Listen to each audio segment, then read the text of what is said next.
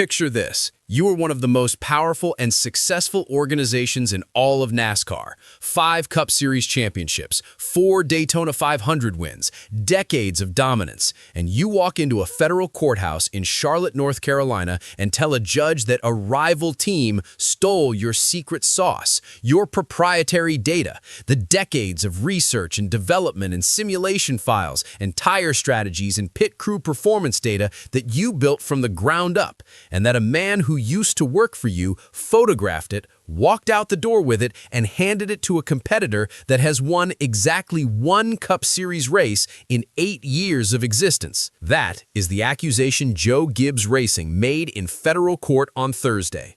And when the attorney for Spire Motorsports fired back, calling the allegations extreme, unsupported, and not backed by evidence, the NASCAR world got a front-row seat to one of the most dramatic legal battles this sport has ever produced, right in the middle of an active Cup Series season. Today, we are breaking down the full story: who Chris Gabehart is, what JGR alleged in court, what Denny Hamlin said about exactly what was stolen, how Spire and their attorney responded, and what the judge decided. Because this case is far from over, and the next ruling could change the competitive landscape of NASCAR for years to come. Before we get into it, subscribe to NASCAR Report right now. We are building this community from the ground up, and we want real fans in it. To understand why this case matters, you have to understand who Chris Gabehart actually is, because this is not a story about some mid-level employee taking a USB drive full of spreadsheets on his way out. Gabehart spent years at Joe Gibbs Racing as their director of competition, one of the most senior roles inside any NASCAR organization. He oversaw competitive operations. He was in the room when the most sensitive strategic discussions happened.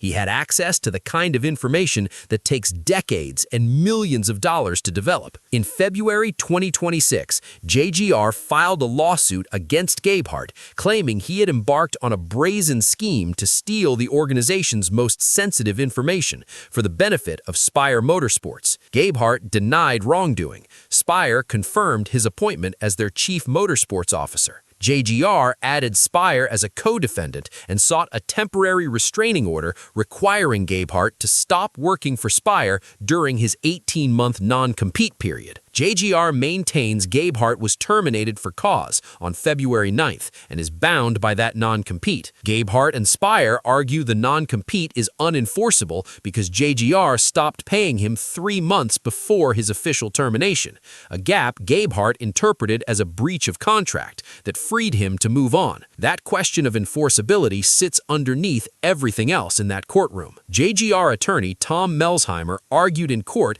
that when Gabehart joined Spire, he shared confidential information and trade secrets from his time at JGR. His argument was direct. Spire wanted to take his knowledge and take their hard work. Melsheimer went further, arguing that Spire was motivated by desperation after winning only 1 Cup Series race since their 2018 founding. His exact words were pointed. 1 win gives them a motive to take shortcuts, hire Gabehart, and they think it is cheating.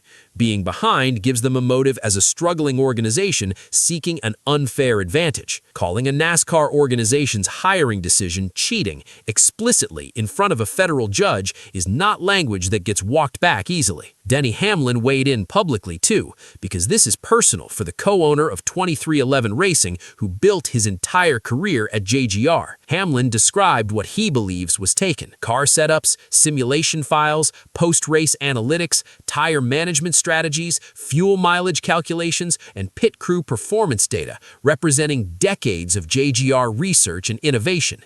He said Gabehart's actions would cause major harm to Joe Gibbs Racing. That is the entire competitive infrastructure of one of NASCAR's most successful organizations, and Hamlin is saying it walked out the door in someone's camera roll. Here's where it gets more interesting, because what Gabehart did with that data is not entirely disputed. Gabehart admitted to photographing some data while still employed at JGR, but he denies sharing it with anyone at Spire, saying the files were for his own personal evaluation of whether to join the team. His attorney acknowledged in court that Gabehart screwed up in photographing the data, but called him a racing nerd, an engineer from Purdue who naturally thinks in data. JGR discovered the improper access during separation negotiations and hired a private investigator. That investigator caught Gabehart having lunch with Spire co-owner Jeff Dickerson in December. Images were presented in court.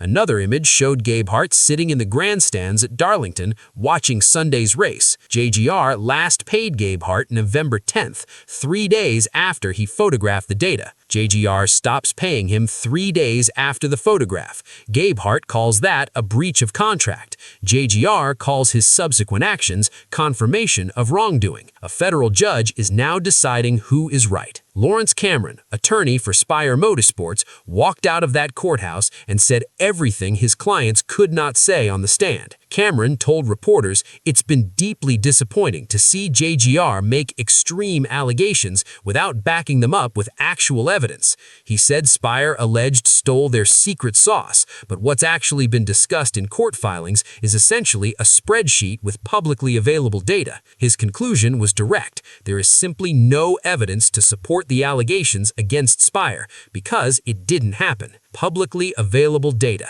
That's the defense. That what Gabehart photographed wasn't proprietary secret sauce, but information anyone with a NASCAR.com subscription could find. Gabehart's attorney reinforced that, saying JGR has yet to provide any evidence that Spire is actually in possession or using any stolen information. Melsheimer confirmed outside the courthouse that JGR presented all the evidence it currently has. That admission matters. Everything JGR has was on that table Thursday. The judge has now seen the full picture. Judge Susan C. Rodriguez elected not to rule immediately. She extended the temporary restraining order by 14 days, meaning Gabehart can continue working for Spire with limited duties while the court deliberates. That extension is significant for both sides. JGR needs the injunction to stick to keep Gabehart sidelined during the most critical period of his competitive value to Spire. Spire needs it to expire so their new hire can operate at full capacity, and the judge is taking the time she needs to make sure the ruling holds up on appeal. Here's the full picture. Joe Gibbs Racing is in federal court accusing a rival of cheating, explicitly on the record. The data allegedly stolen covers car setups, tire strategy, simulation files, and pit crew performance data.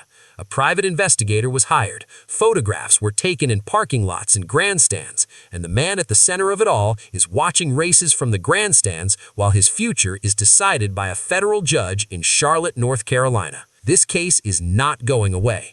The ruling that eventually comes down on whether the non-compete is enforceable, on whether Spire can keep Gabehart, on whether JGR can prove their data was actually used, will shape how every NASCAR organization hires, protects, and competes with their intellectual property for years to come. Drop your take in the comments. Do you think JGR's cheating accusation holds up? And should Gabehart be allowed to keep working for Spire while this plays out? Subscribe to NASCAR Report for this conversation every single week.